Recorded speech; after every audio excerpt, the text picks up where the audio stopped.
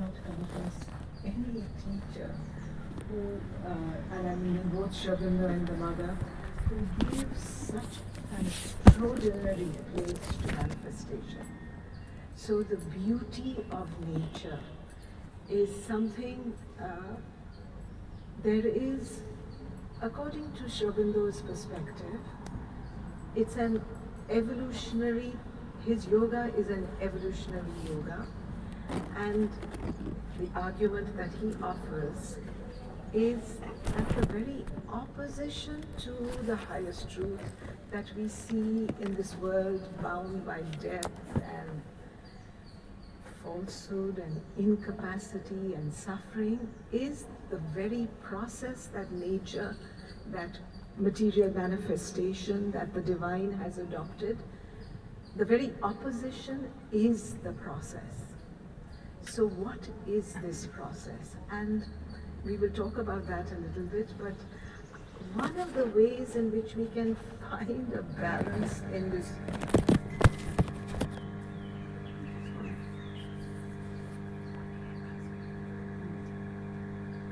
something to do with everything. I can continue to speak, right? Okay? Yeah. So one of the ways in which we can find our balance in progress and movement is falling in love with beauty, falling in love with delight. And there is nothing as much as flowers that give you that. So even though my title, that's the other thing about Shobindo. He calls himself a poet. And if you wish to encounter Shobindo in the deepest sense, you have to go to his poetry.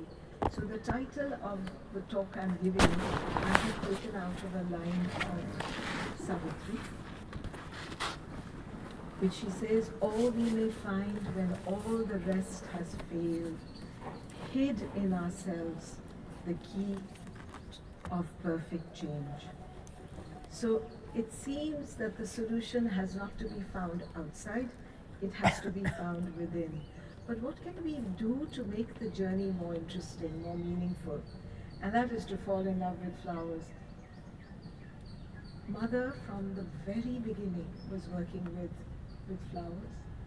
She's given significances. I see that perhaps there are some of you who are visitors. So she's given significances, psychological significances, to all the flowers. The marigolds are plasticity. Shobindo and Mother are talking about a new world, a new plane of consciousness that needed to come down, which did come down. And the most important quality for that process of bringing that world is plasticity. So you have these marigolds, this garden is full of them right now. There is joy of work, you have the dahlias.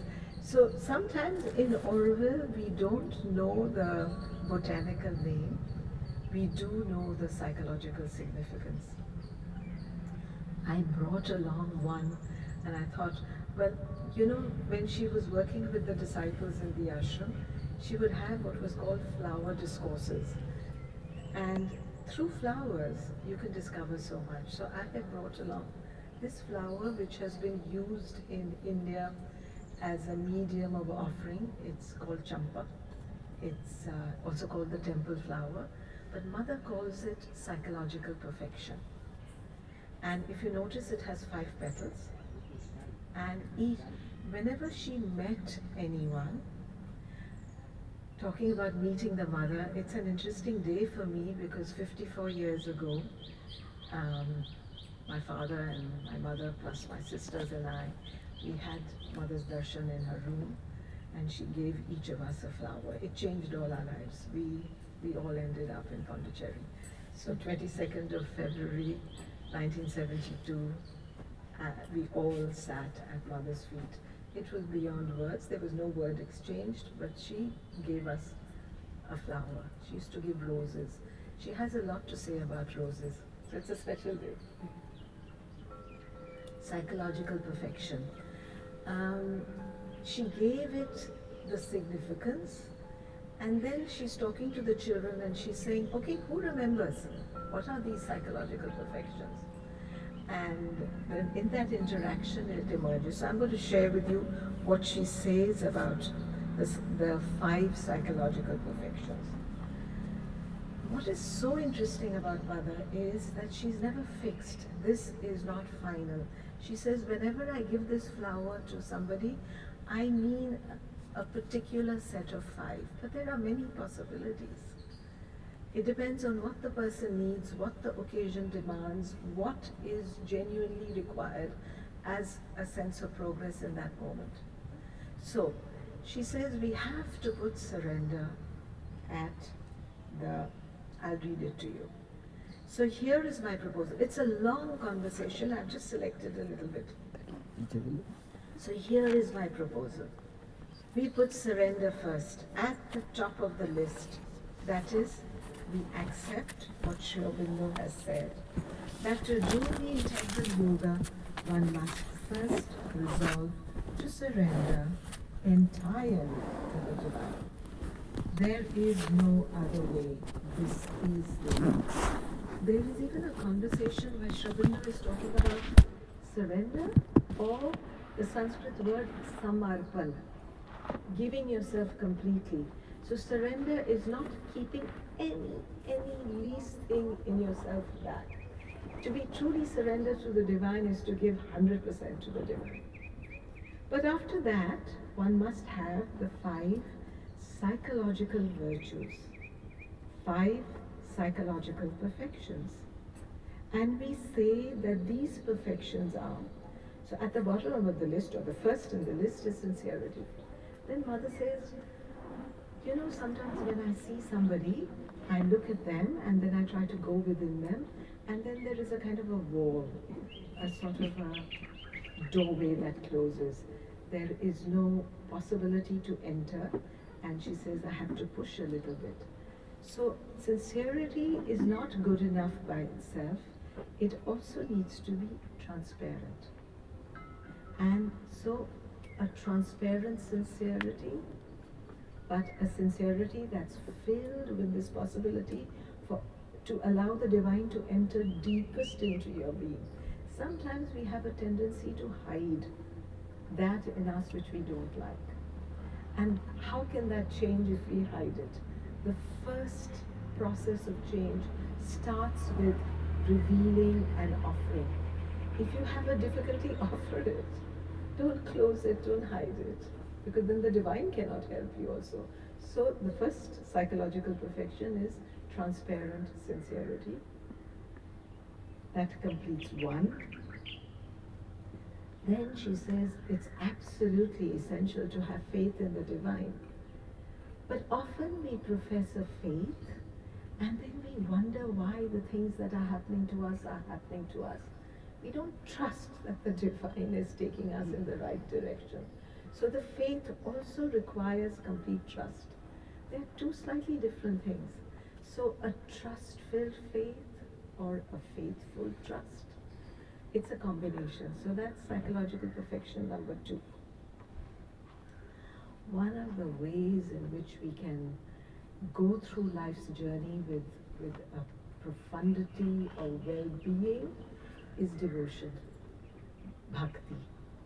And that's sometimes hard for people, particularly in Auroville, where people are here from every corner of the world. Bhakti is not always the first thing that emerges. So devotion, very important, to find something one gives oneself wholehearted to. It's the heart that has wings, not the head. So devotion, but to make your devotion more complete, there is a layer that can be added, which is gratitude. Because gratitude is a movement out of your nature, out of your little being, a sense of self-giving and offering. So gratitude-filled devotion.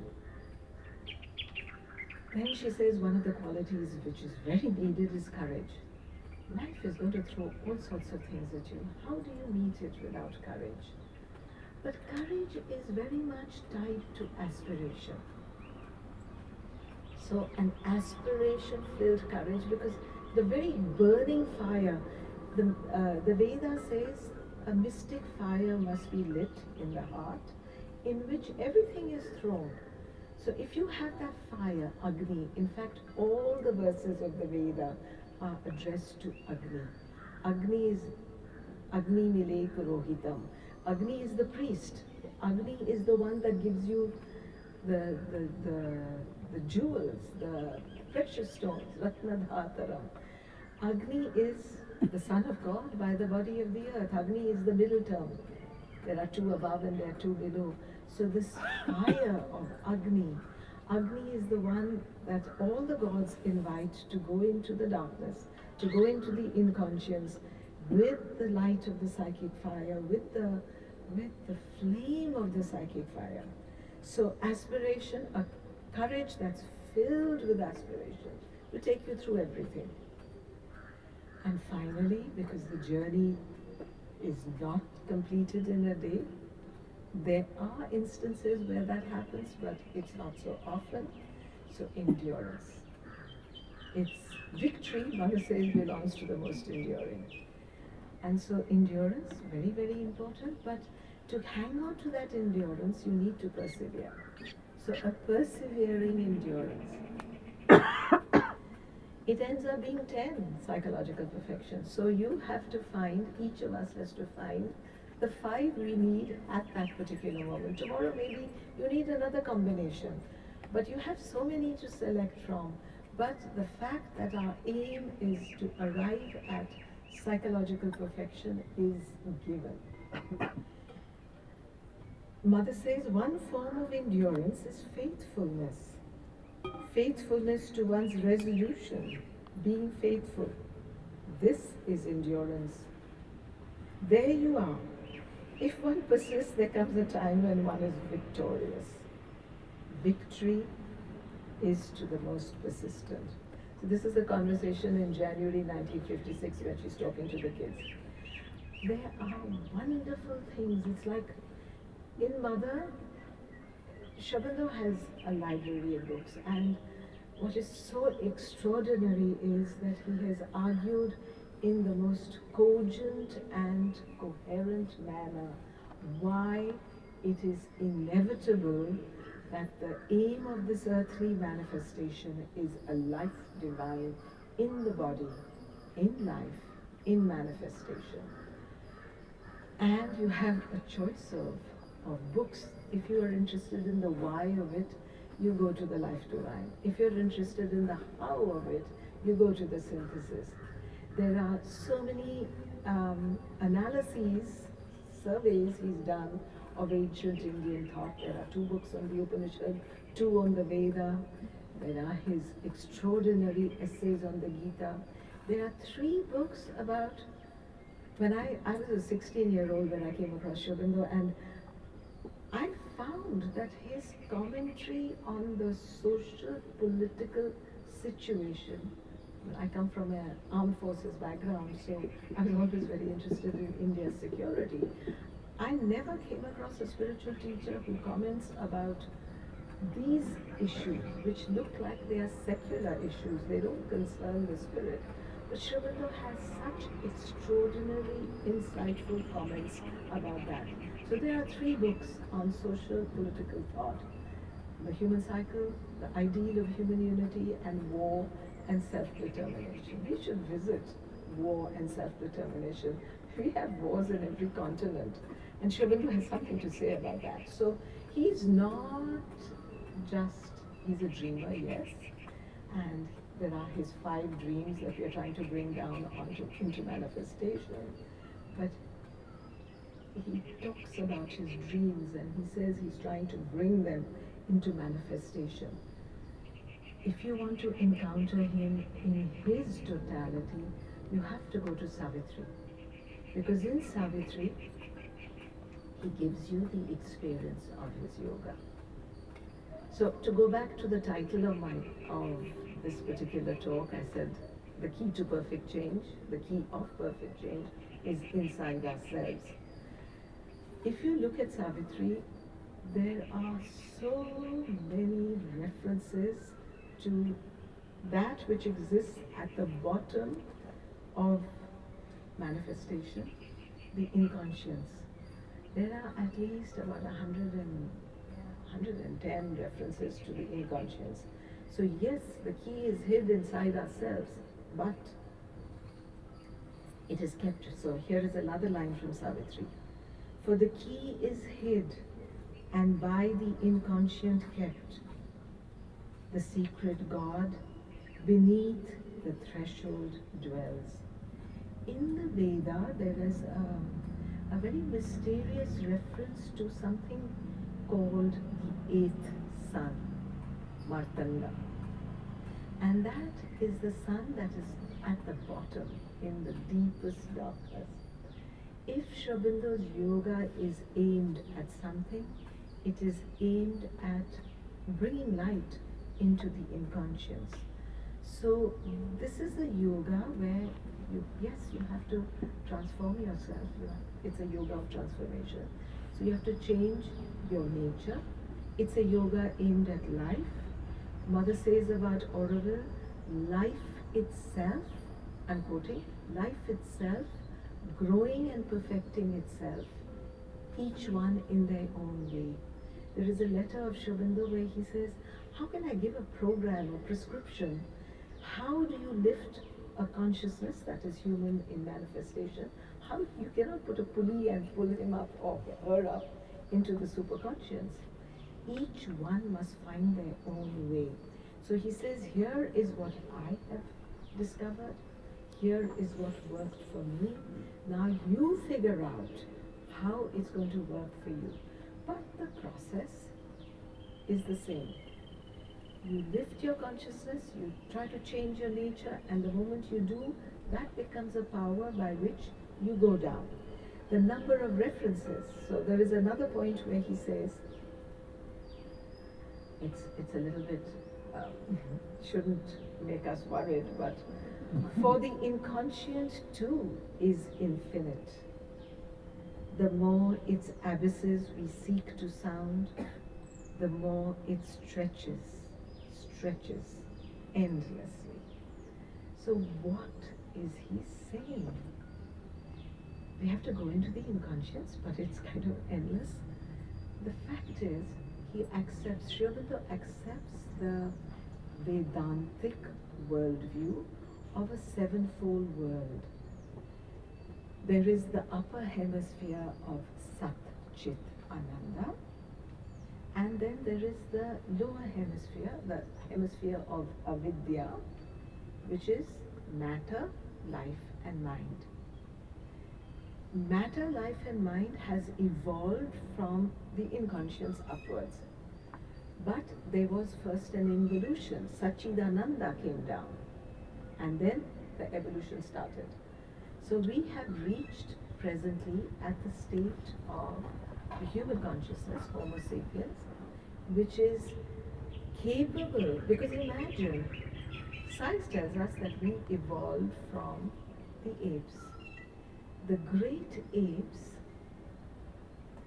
did not have an instrument by which they could step out and observe themselves. So imagine in the primeval forest, there is a great ape and it has a thought, but it hasn't yet developed the capacity to know that it is thinking.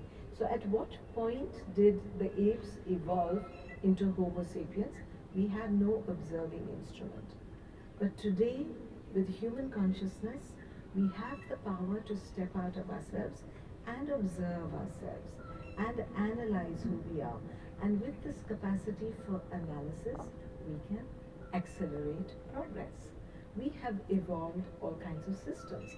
One of the most fabulous systems that India has cherished and nurtured for millennia is the system which is called yoga. Unfortunately, it is often understood today as being a system of physical exercises. It is not.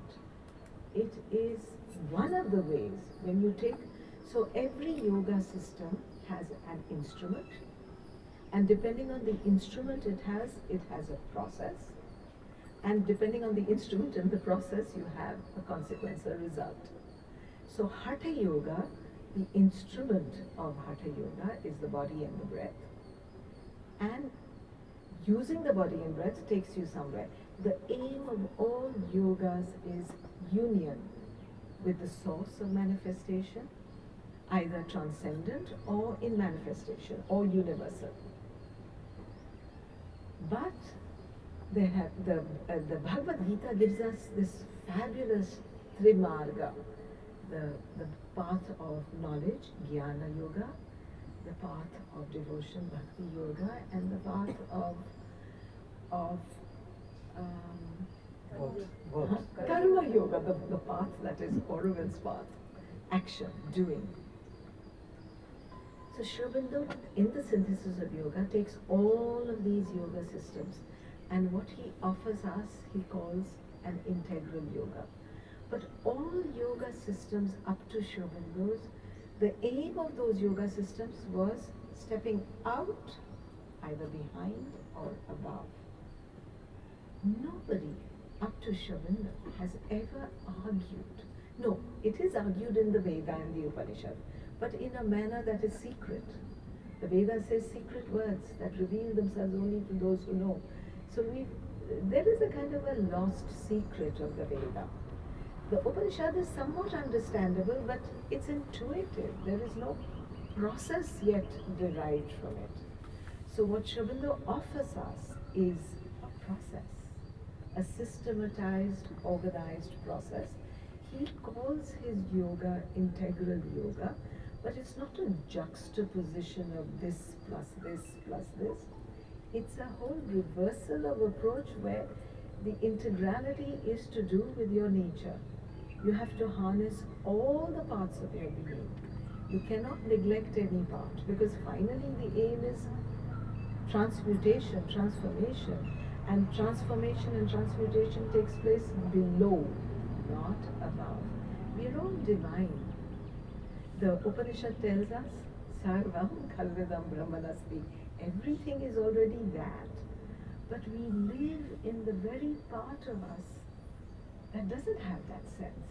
So how can we switch from that part that sees itself as separate and individual to the part that can be capable of universality, of oneness? The aim of Auroville is that universality and that oneness. I had said I'd speak for about a little more than half an hour, and then I wanted to open it out to questions. So, what I'm arguing is that there is something unique in Sri Aurobindo's yoga, and his whole life was spent in trying to bring the fourth plane, what the Veda calls the Turiyam Swith, the fourth one, because it's four from below and four from above. So you have Sat Chit Ananda, which is the plane of Vidya, the plane of the divine. And then you have matter, life and mind, which is the plane of Avidya, ignorance. And the line that divides these two planes is Vijnana, which Sri Aurobindo has given the name Supermind. Sri Aurobindo's whole yoga is aimed at this fourth plane. In the Veda, it is said that the Upanishad and the Veda both speak about this is the sun world. And there is a kind of a golden lid which separates this sun world from the plane of ignorance, the plane we live in. Now, how do you penetrate this world? The Veda seems to suggest that if you cross this gate, you can't retain a body. You have to abandon a body. So Sri Aurobindo's whole concern is it possible to bring this plane, the plane of the supermind, into manifestation? Now what we understand, because we have no experience of this, we have to have the faith that what we have been told is that something came down. And that something, the plane of this plane, the plane of the supermind, the plane of Vijnana, came down into manifestation 6 years after Sri Aurobindo left his body, because he couldn't do it while he was in the body. He could do it in his own body, but he couldn't do it for the manifestation. I'm saying many things which perhaps you all will have to explore further, or if you want to ask me later, I can elaborate it. But just to understand, this yoga of transformation harnesses the power of this plane which came into manifestation, and everything that follows, including the birth of Auroville, because it's very, very important that Auroville exists. I will read you something where Mother says,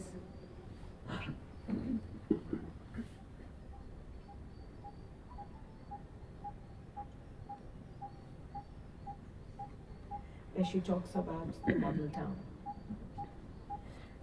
She says, we have this idea in India, this is for many of the non-Indians, we have this idea that the divine takes a body to help the process of evolution forward, and that taking of the body, or that manifestation of the full divine consciousness in a human body, is called avatar. So we have both avatars and vibhutis. These are energies and forces that inhabit a human body to accelerate evolution. So Mother is speaking about the avatar.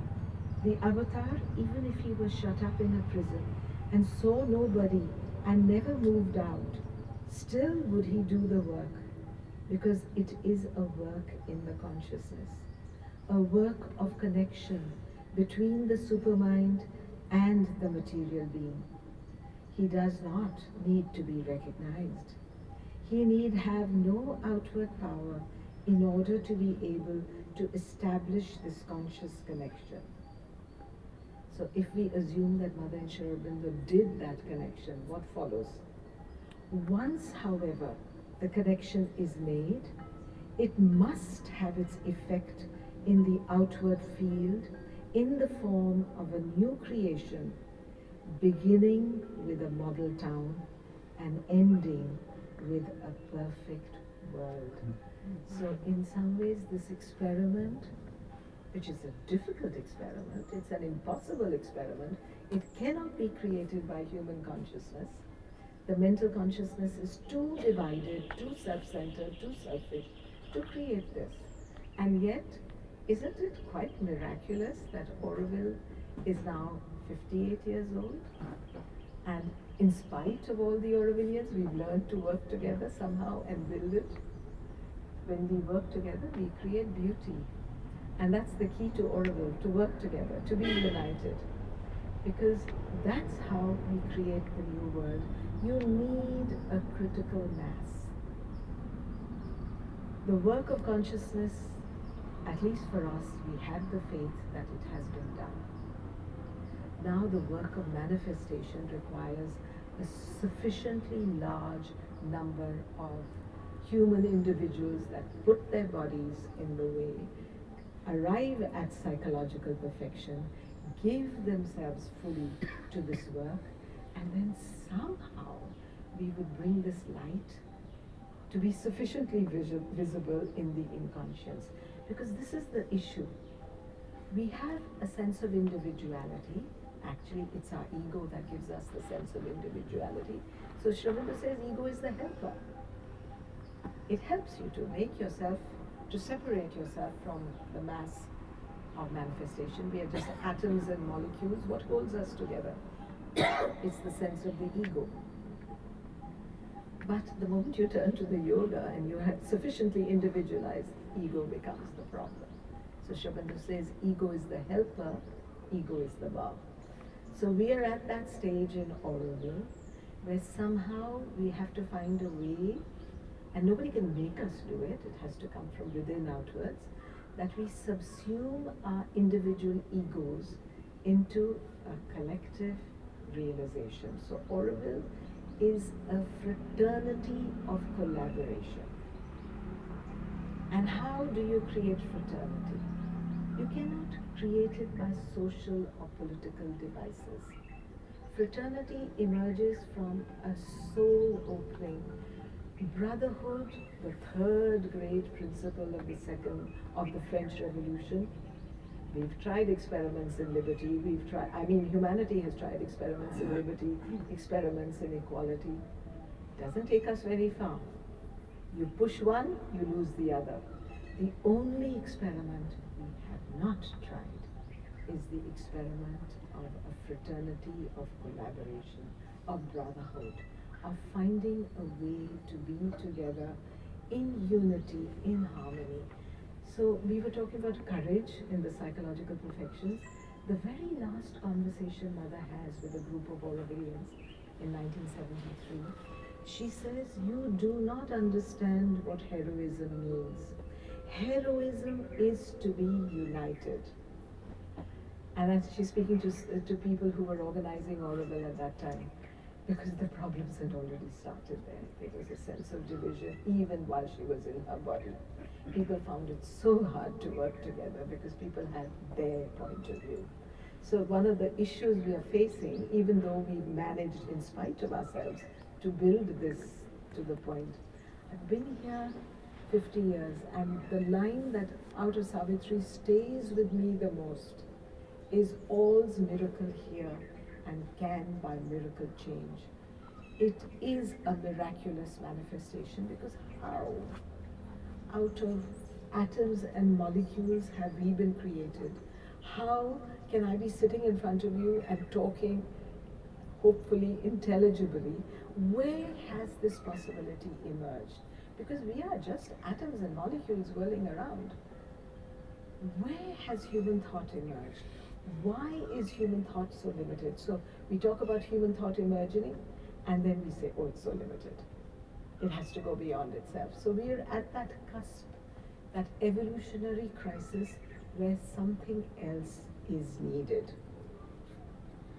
And Sri Aurobindo says in Savitri, almighty powers are shut in nature's cells. Then he says, in our body cells there sits a hidden power that sees the unseen and plans eternity. One of the, it has been published after Mother and Sri Aurobindo both left their bodies. The archives and research in the ashram began to go through all the material that was there, and what has emerged, which you will find in what are called the collected works of Sri Aurobindo, are 2 volumes called the Record on Yoga, which was a process that Sri Aurobindo was practicing upon himself. He refers to it in different books. In the Synthesis of Yoga, we come across quite a few references to what he calls the Sapta Chatushtaya, meaning the 7 fours. But I have a text from the Record on Yoga, which he writes, to become one with God, to be divine and live a divine life is the first object of yoga. This is a program he's setting for himself. And we who have come to his feet, that's our program too. The second is to know God in himself and in ourselves and in everything. To make ourselves one with the divine will and do in our life a divine work by means of the divine power using us as an instrument. So it's not we who can do it. We have to offer ourselves, samarpan, giving ourselves completely to the divine energy that will then use us in the right way. So we're at that cusp of change where it's so hard to give ourselves. Because the aim is, it works, this energy, this divine power, it works to find the doer of all works. And there are 2 aspects to that.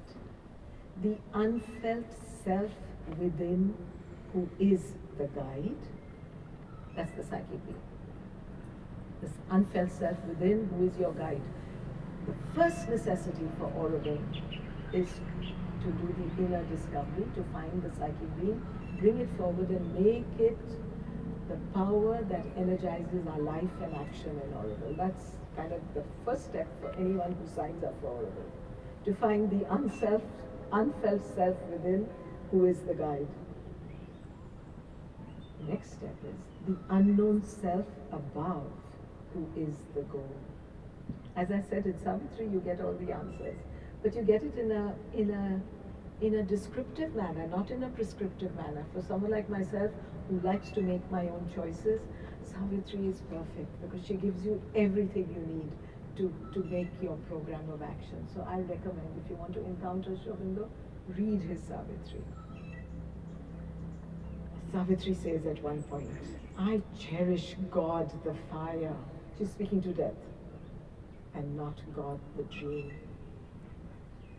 If this fire is awake in your hearts, it can change everything you do, because its absence left the greatest actions dull. Its presence made the smallest seem divine. So it's a question of hanging on at all cost to this presence. Because if you have that presence within you, even the smallest thing you do is full of this divinity. That is at the core of matter. Mother says the divine we seek is not far away and beyond reach. The divine is the very self within you, the unknown self and the hidden self within. I wanted to just, because we are in the flower garden, they are delightful conversations through all of Mother's books about her interaction with the material world, with the vegetable world, with the flowers and plants. There's a moment in her life where she's receiving flowers, massive amounts of flowers, and she has a notebook in which she's writing down the numbers. So the number of plasticity, the number of skill in works, the number of aspiration, the number of Radha's consciousness, whatever she got. So she would make a list and she would count the number of flowers, because she had an arrangement with material nature that the number of flowers she actually counted, and if she gave it to somebody, she gave along with that flower the power to change that possibility in their nature. So let's say if she gave you the flower she calls transformation, which she calls perfect, then it gave you the power to transform something in yourself if you use that energy, because she gave that energy to you. But the power that is the most mysterious of the divine, but it has been least active in manifestation, is the power of love. And so I'm reading you a conversation that she has, it's in 53, I think, and she's talking about love and implants. The unselfish movement, uncalculating, is one of the most beautiful forms of psychic consciousness in the world. But the higher one rises in the scale of mental activity, the rarer it becomes. Because your mind is a divinity and it interferes. It has something. Sri Aurobindo says it's a mediator divinity, but it has a dark side. For with intelligence comes all the skill and cleverness and corruption and calculation. For instance, when a rose blossoms, it does so spontaneously, for the joy of being beautiful, smelling sweet, expressing all its joy of living, and it does not calculate. It has nothing to gain out of it. It does so spontaneously in the joy of being and living. Take a human being. Well, apart from a very few exceptions, the moment his mind is active, he tries to get some advantage out of his beauty and cleverness. He wants it to bring him something, either men's admiration or even much more sordid gains yet. Consequently, from the psychic point of view, the rose is better than human beings. And that's a good little slap for us. And there is a lovely piece in The Life Divine where he says that in terms of relationship, the ant is more powerful than the cosmos. So you have to figure this out. What does he mean by that? But that's so incredible, right? Because the divine spends equal energy, complete energy, in creating the ant and the anthill, as the divine does in creating the cosmos. There is no half measure in the divine's action. So this is something we have to pay attention to. The divine acts absolutely in well, there's a poem of Shobindov where the hand that sent Jupiter swinging through heaven spends all its energy fashioning a curl. So the divine is complete in every action. So somebody asked the mother, do flowers love? This is their form of love, their blossoming. Certainly, when one sees a rose opening to the sun, it is like a need to give its beauty. Only for us, it's almost unintelligible, for they do not think about what they do. A human being always associates with everything he does this ability to see himself doing it. That is, to think about himself. Man knows that he is doing something. Animals don't think. It is not at all the same form of love. And flowers, so to speak, are not conscious. It is a spontaneous movement, not a consciousness that is conscious of itself. So that's the key. The flower just is. It knows how to be. We observe ourselves. It's our strength as well as our weakness. But it is a great force which acts through all that. The great universal consciousness and the great force of universal love. Two things. You know that when Mother began to speak about Auroville in 1965, she begins to describe the center of Auroville. Nothing is there. Not even the place is there. The place has still to be found, this place. And she describes the center. And she calls the center the pavilion of love. And then she says, no, because human beings don't understand love. They have made something of love so sordid and so uninteresting. So she calls it Matri Mandir, because that too is a manifestation of love. The Universal Mother is love in manifestation. So today we have this incredible symbol which is more complete than anywhere else on earth, an invocation to the power that manifests the universe. The second thing I want to say, because I like to bring the two sides, there is a moment in manifestation. Think of the Big Bang. What was there before the Big Bang? We say, science says it's a singularity. So there is kind of nothing, and then out of nothing, this universe bodies forth in a Big Bang. Science calls it a singularity. But for geological eons, this planet that we call the Earth was a little bit grey. There was not much color in it. And then at a certain point in time, just by itself, spontaneously, color burst forth. How did it? The flowers, which are scientifically called angiosperms. So at some point in time, material nature accelerates by creating flowers. And suddenly, we have a world of color. So you could study this scientifically too. At what point in manifestation does color burst forth?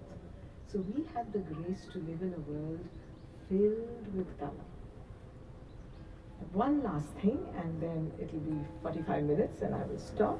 As usual, I have lots of stuff that I can share with you. Just behind you, there is Radha's consciousness. I want to show everybody Radha's consciousness. Poonam, will you show everybody? Yeah. This one. So this flower, this wonderful flower, you can lift one up, Ekothago. Yes. So this is the flower Mother calls Radha's consciousness. And you know that when she's speaking about this flower, by the way, it makes a lovely juice also. Tea also. Huh? Tea also. Tea also. So it's Blue color. in India. Mother says that in India there is a symbol of the psychic being, and that symbol is Radha, because Radha is a consciousness. She's connected to Krishna. If you go to Vrindavan, you don't say Krishna, you say Radhe Shyam. Like you say Sita Ram, the energy is spoken of first, the Shakti is. So Radhe Shyam in Vrindavan, where Sri Krishna is supposed to have been. So Radha's consciousness, and she's trying to tell people what is the psychic being. And so she has written this delightful, one of my favorite pieces, a prayer, Radha's prayer. So I will conclude with Radha's prayer, which is your psychic being. And if you can touch this truth, you have touched your psychic being. So how do you touch your psychic being? Through psychological perfection. There's a moment in the ashram where mother puts together a bunch of flowers and she asks the disciples, make a sentence. So you can do that. Every morning you wake up, you take a set of flowers, and you make a sentence using their psychological significances.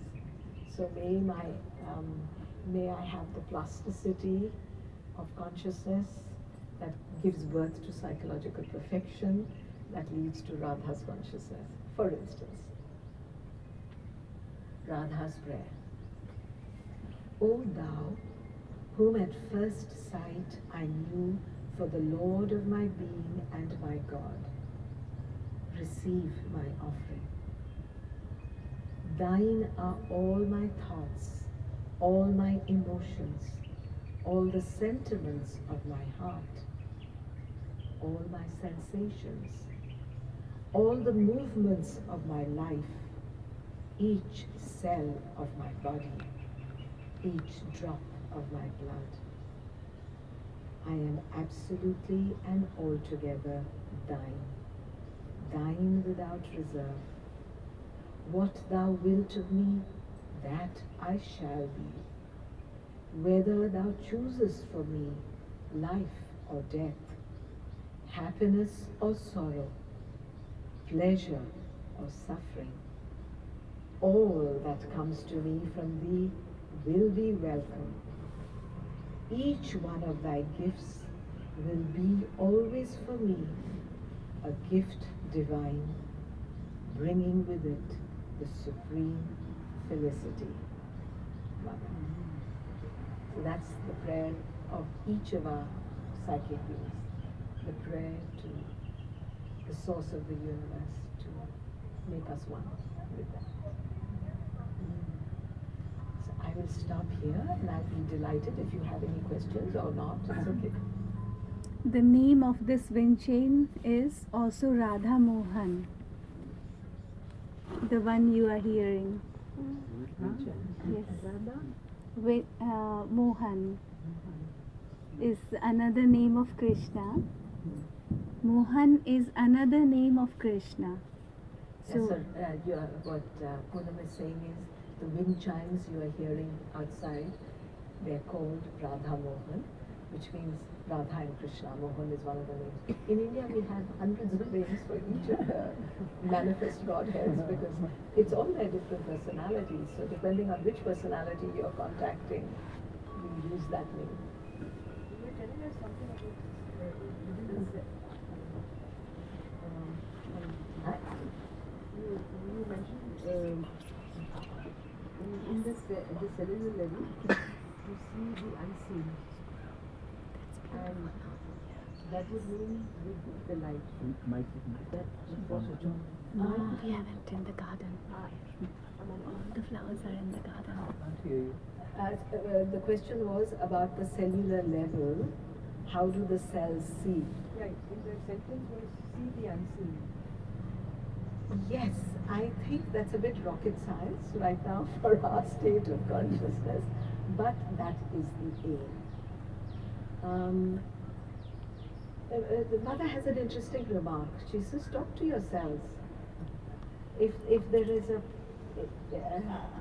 dis-ease, which disease means a sense of unease in the body, well, have a conversation with your body.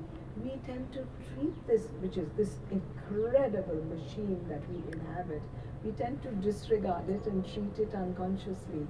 Can we develop a conscious relationship? But the cellular yoga is a little bit beyond us right now. But it is the final aim, that where even the cells can change. So it's the unseen that creates the dis-ease.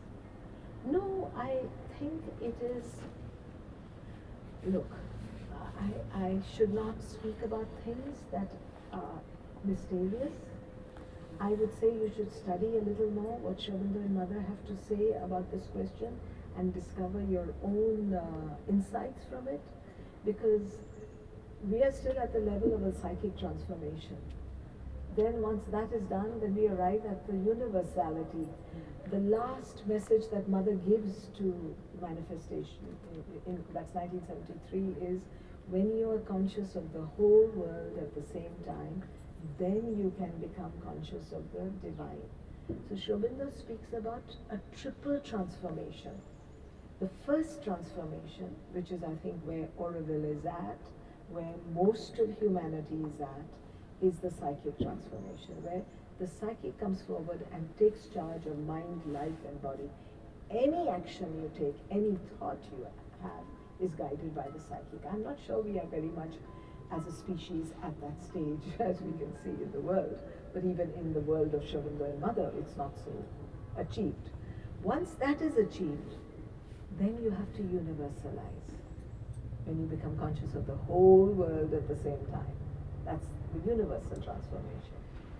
That is achieved by a few great people we put on a pedestal, saints and mystics. Only then begins the supramental yoga, which is the one you're asking about. So that's stage 3. Now there could be some sort of a simultaneous action. There could be. But if it is taking place, it's not taking place through our conscious awareness. Because the supramental is such an energy and a force that it can only act unconscious of the ego. So there should be no ego present. Because as Sri Aurobindo said, the ego takes everything. So this is not something it's not something the ego can touch. So the universalization is when the ego disappears. So there, if you want to have a sense of what that would mean, in book 7, canto 7, there is a canto that Sri Aurobindo calls the Cosmic Spirit. And in that, at the end of it, Savitri becomes everything. So she's the flower, the tree, the plants, the nature. Because what holds us together? It's our sense of ego. If you remove the physical ego, what holds the body together? It's atoms and molecules, just like this table is. How do we create that sense of separation? As I said, it's rocket science. I just answer that it's rocket science. It's not something that you and I can understand, but we have a kind of a transcript that our brain can hold. Yeah, and also the paradox is that it has to be understood in the physical structure. Yes. So I have a feeling the Buddha had a good solution to that. He says, does that concern you right now? He doesn't comment on first cause, source. He says, do the Eightfold Path. That's going to help you arrive at a state of consciousness which can interact with that. And I think that's true of us. Practice limitation. What is the extent of consciously, honestly, with integrity, what are your limits? And it's just speculative. Sri Aurobindo and Mother are not into speculative philosophy. But they have written everything, so it's there. But the danger is we read it and we begin to think. I remember when the agenda was coming out and the cellular yoga was being spoken about, I remember a whole bunch of Aurovillians thinking they were doing the cellular yoga. Not okay. You're nowhere there. First work on your ego. First work on yourself. Be in a state where you have the right to speak about. So I'm sorry, I'm speaking about things that I don't have the right to speak about. So please recognize the limitation I'm putting in front. Yeah? Yes. About the unseen, I've got two things to say. One about the unseen that the woman said. Sorry, I don't like using the microphone. Can you not hear me? Yes. One about the unseen, I always feel that that's the part of ourselves that we've buried and the unconsciously buried, like a blind spot. and that to become aware consciously of ourselves in that unseen part of ourselves that we haven't seen, that we've forgotten, we've buried. That's how I see that. That's one thing. And the other thing I was going to say was that it's so inspiring to hear you talk, Dipti, that I wish we could have this kind of talk every week. Because I really, no, maybe not, I mean, I don't want to take your time, but I think it would really bring people together if we could talk like this, you know, in this depth and like this every week. I think it would really help Auroville to find its purpose again. If it was that easy. Hmm? No, no, but you know, when you talk, you give the impression you know more than you know. No, but And we are all a little bit I know that. groping in the dark. But there's something interesting that Mother says, which might, she says that we have to accept to be part of the darkness, to offer it to the light. So if you want to transform something, transformation is a different kettle of fish to yogic self-development. You complete your development and then you come back and you start to transform. If you want to transform something, you have to accept to be part of it. If someone does something monstrous somewhere in the world, that's you. No, not you, that's you. Meaning, Oh, yeah. But as long as you carry the human substance, you carry the inconscient that expresses itself in the human substance in you. So the only way to change that outside is to change it inside. So Mother says the world is perfectly organized. The field of work is inside yourself. You come on earth with everything that you have to do inside you. And if you can change you, you've done what you needed to do for the world. So world change is not possible in this yoga. There are many people in the world who are trying to change the world. They haven't unfortunately succeeded very well. Be very true, be the change that you want to see. Yeah, and the change is inside in your consciousness. Often we react to things outside which we carry in ourselves. So Mother says she's very demanding. She says that you react to something, it's because there's a familiarity in you.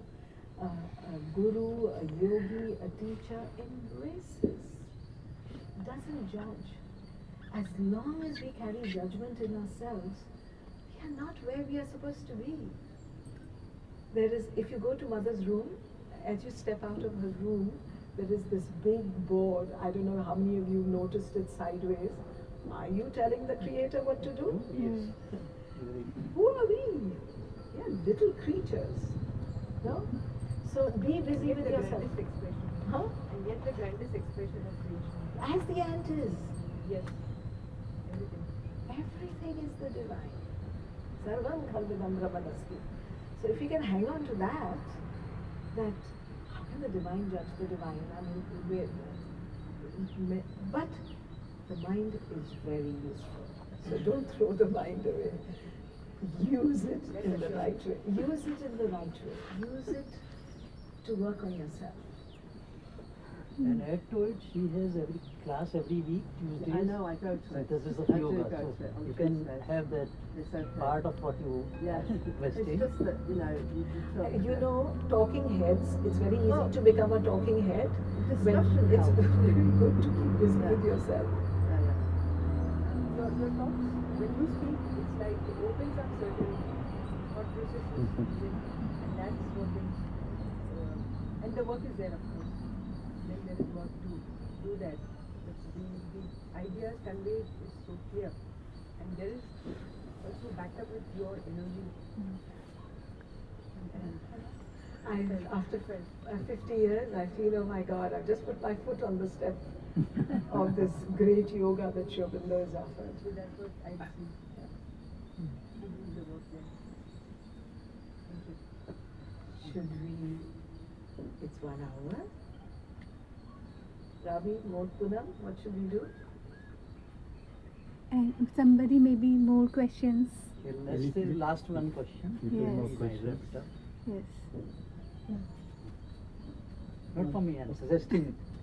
And one thing, you said there are a lot of color flowers here in our forest, in the visible world, what we are seeing in the garden also. In the underwater also, there are a lot of color. How, does it help also in this yoga process? I haven't understood. In the flower, we have a lot of colors which is offering by nature. Yes. So in the same way also, in the underwater, there is see a lot of colors and even more color. So how You it know, helps also? one of the most magical things Yeah. is color everywhere. Yeah. And the fantasy, the nature and her fantasy. You will say it's not possible that nature has created such a creature, but sure, that creature is there. You look at the fish in the ocean, you look at the birds in the sky. There is the magic of the psychic self-expression. But the difference between all these manifestations and the human being is, the human being is an evolutionary being.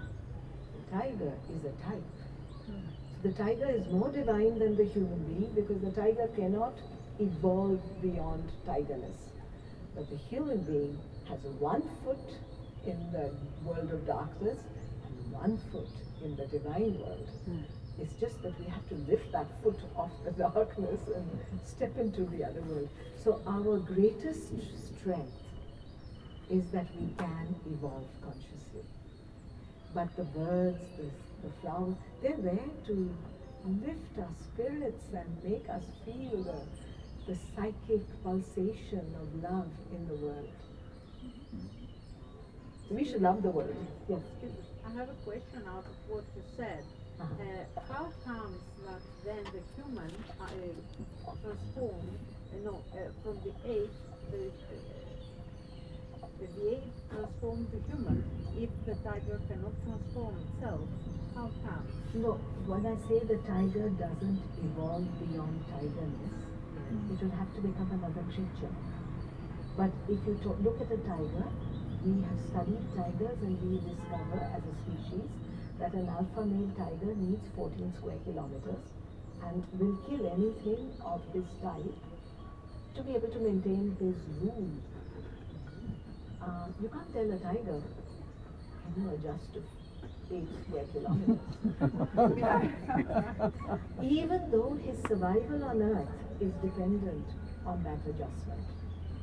So we may in the future not have manifest tigers on Earth unless as a species we change our attitude to the way we take care of manifestation. What I'm saying is the tiger cannot become a super tiger. But If you understand. But the ape became a... But it stopped being an ape then. It became something else. So the human being has to stop being a human being and become something else, a next step. But we have the power to recognize that we can step beyond ourselves. We have great dreams. So Shakespeare has Hamlet say, I could be bounded in a nutshell and count myself the king of infinite space were not for the fact that I have bad dreams. So human beings are capable of dreaming.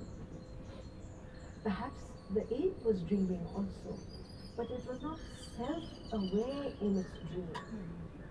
I don't know if I'm just saying that there is evolutionary nature has final, like the flower doesn't think, it gives. So in some ways, in an evolutionary process, we are ahead of the flower, ahead of the tiger, but not in their divinity. The divinity is complete here. as a flower. As a flower. Does that make sense?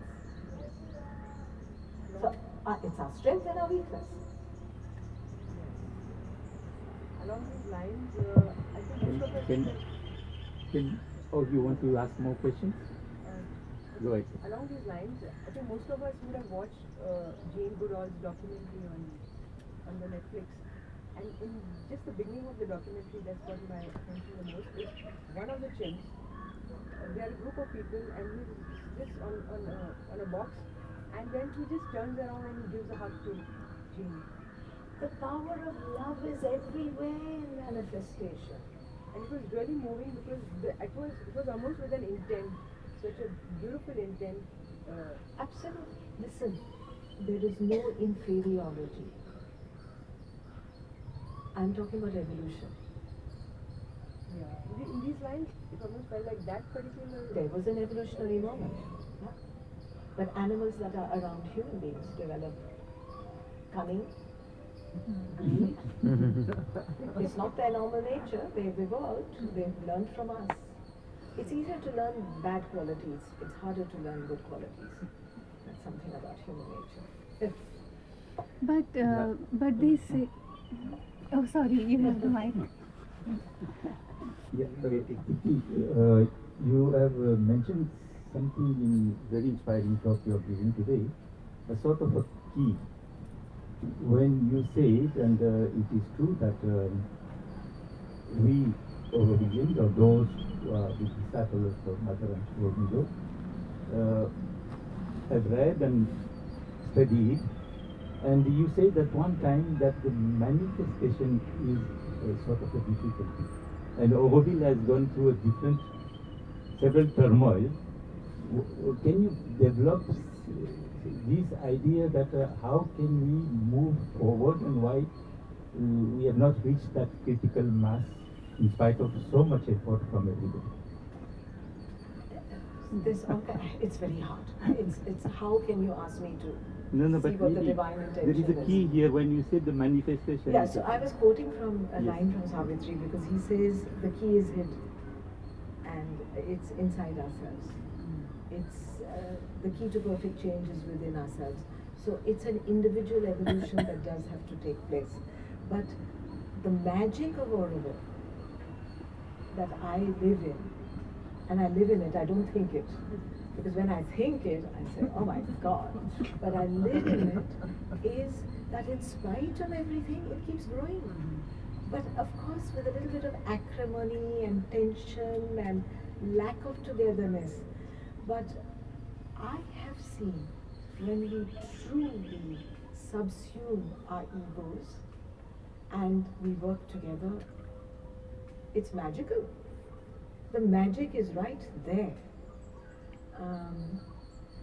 I remember, so this is an anecdote, please.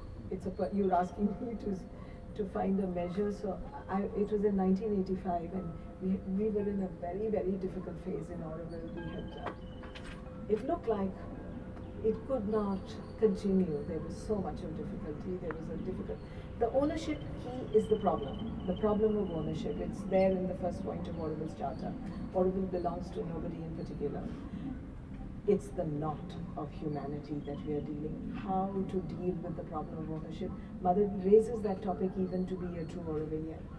She says, at last a place where we can get over this sense of ownership. But we all have that sense of ownership. It's not out of any of our consciousness, so how can we take it out of the collective consciousness? And then nowhere on earth is a land that belongs to nobody. So we were going through this difficult phase, and somehow I had the idea. Those days the United Nations international years were very, very important. Today the United Nations is kind of needing to evolve. It's sinking. That time it was still very powerful, and in 1985 they had the International Year of Youth. And I said, Auroville is the place where the youth of the world have to come.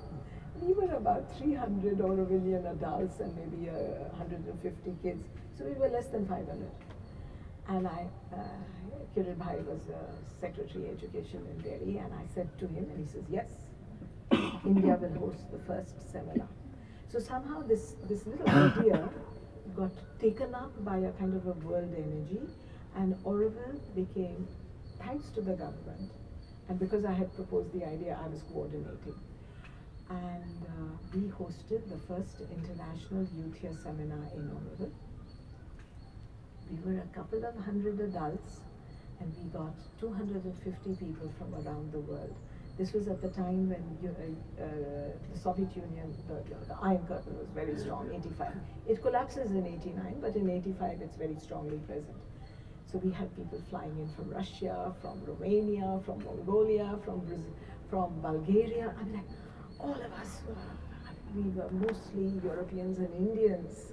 There was nobody from, there was maybe one or two people from Africa.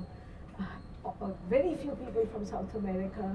So there were parts of the world that were not represented, and certainly nobody from the Soviet Union. The Russians and all the people from the Eastern Europe came post 1990. In about 92, 93, people began to come. So we had all the aspiration in the world, but we were not representative of everybody. So for 1 week, we had to put these 250 people in people's houses. So we had a housing group that was purchasing mattresses, bed sheets, towels. We had someone managing the transport. We had someone manning the reception. Everybody, including the kids, everybody put aside all their points of view and they worked together. I still recall the magic of the moment when we Aurovilians all worked together. And I don't have the key in how to make people work together, because we cannot tell them to work together. The government cannot tell us to work together. It's not going to work. It has to be something that comes from us. Somehow we find a way to work together. And it was magical. So I was supposed to be the coordinator. I had no work. And so I would go to the kitchen. You know what is Kala Kendra now? We were feeding 300 people every day, breakfast, lunch and dinner. So there was a group of young Aurovilians managing the kitchen. They were there, they slept there. For 10 days they cooked, they slept. Somebody was purchasing the food. Somehow we developed a capacity that I did not know we had. And we did it all together for 10 days only. But for me that became the standard. That when Aurovilians work together, a magic takes place that is beyond anyone's comprehension. So the key for me is to work together. But you cannot make it happen. It has to happen. I don't know, I mean that's a personal anecdote, but still. So I lived that experience and I don't want anything less than that. Yeah, so different topic. I mean, what I wanted to ask is working? No. Okay. So in Indian scriptures, what I have heard from childhood, that in after 36 million of births, you get this human birth. This is what was taught to us from the childhood. Okay, so human being, I feel that I am human being. But as a kid, I always felt in nature that nature has something very higher, and every creature has something very beautiful in it, because created by the divine. And I wanted to be a bird. And the reason was that the bird can fly, and we human beings, and I used to see dreams then, because it was my wish to be a bird, and I used to see dreams that I'm flying above, and until now I see those dreams that even I'm flying above Auroville.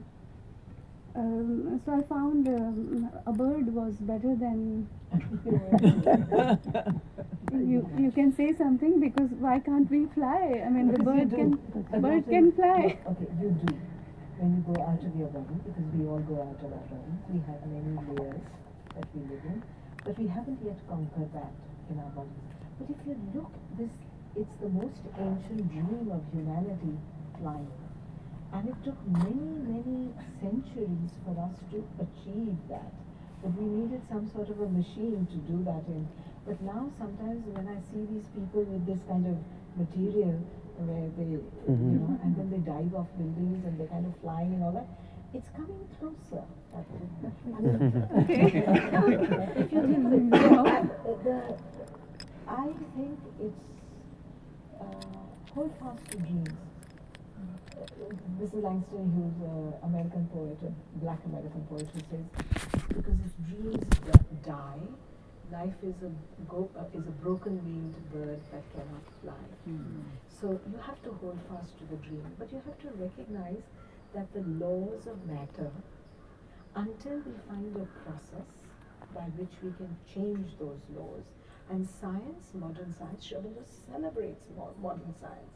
In fact, he says in the Life Divine that the materialist denial is less dangerous for the future than the ascetic's rejection.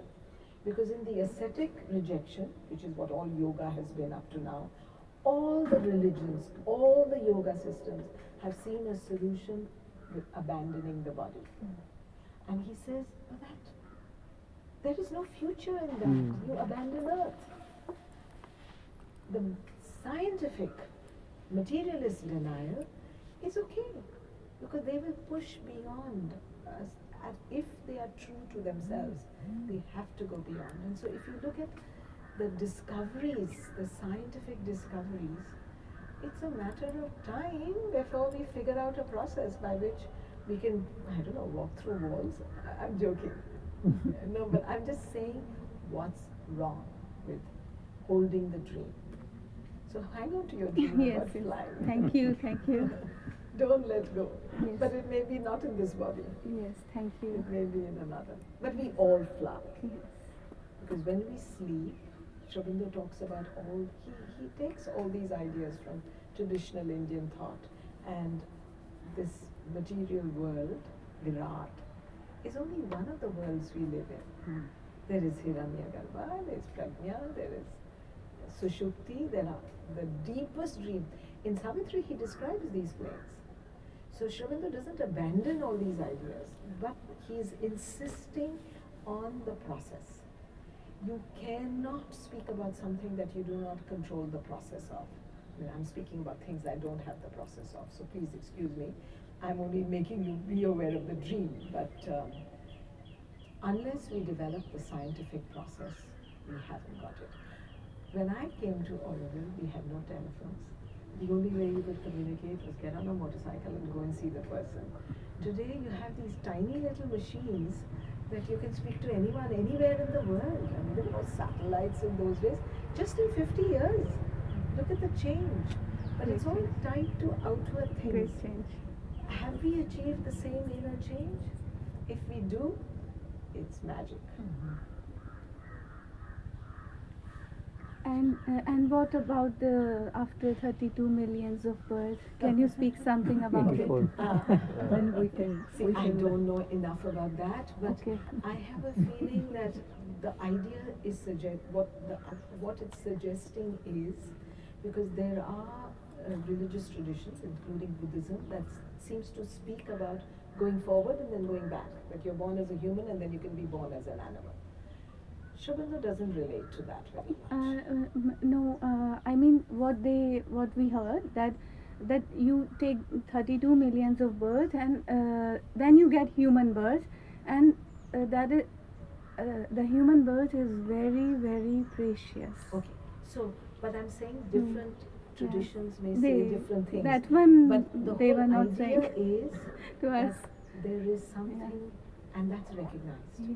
There is something very special about this Human body. birth. If you look at the Sistine Chapel, you have God, who's just like an old, very muscular character, who's doing this, and then there is Adam, and there is a kind of electricity that's passing between Adam and God, and that's life. So, but what does that image suggest? That we are made in God's image. That's what it suggests. So the human birth is godlike. And in Indian stories also, the gods in the Vedic age, they say, at last, here is a body, here is a form that we are ready to manifest in. And then the Indian idea is also that if the gods want to evolve, the gods are typal beings, they're immortal. But if they wish to evolve, we have to take a body. So the human body has in it the psychic, which is unique to manifestation. So of course it's special to be in a human body. Absolutely. Thank you. Thank you.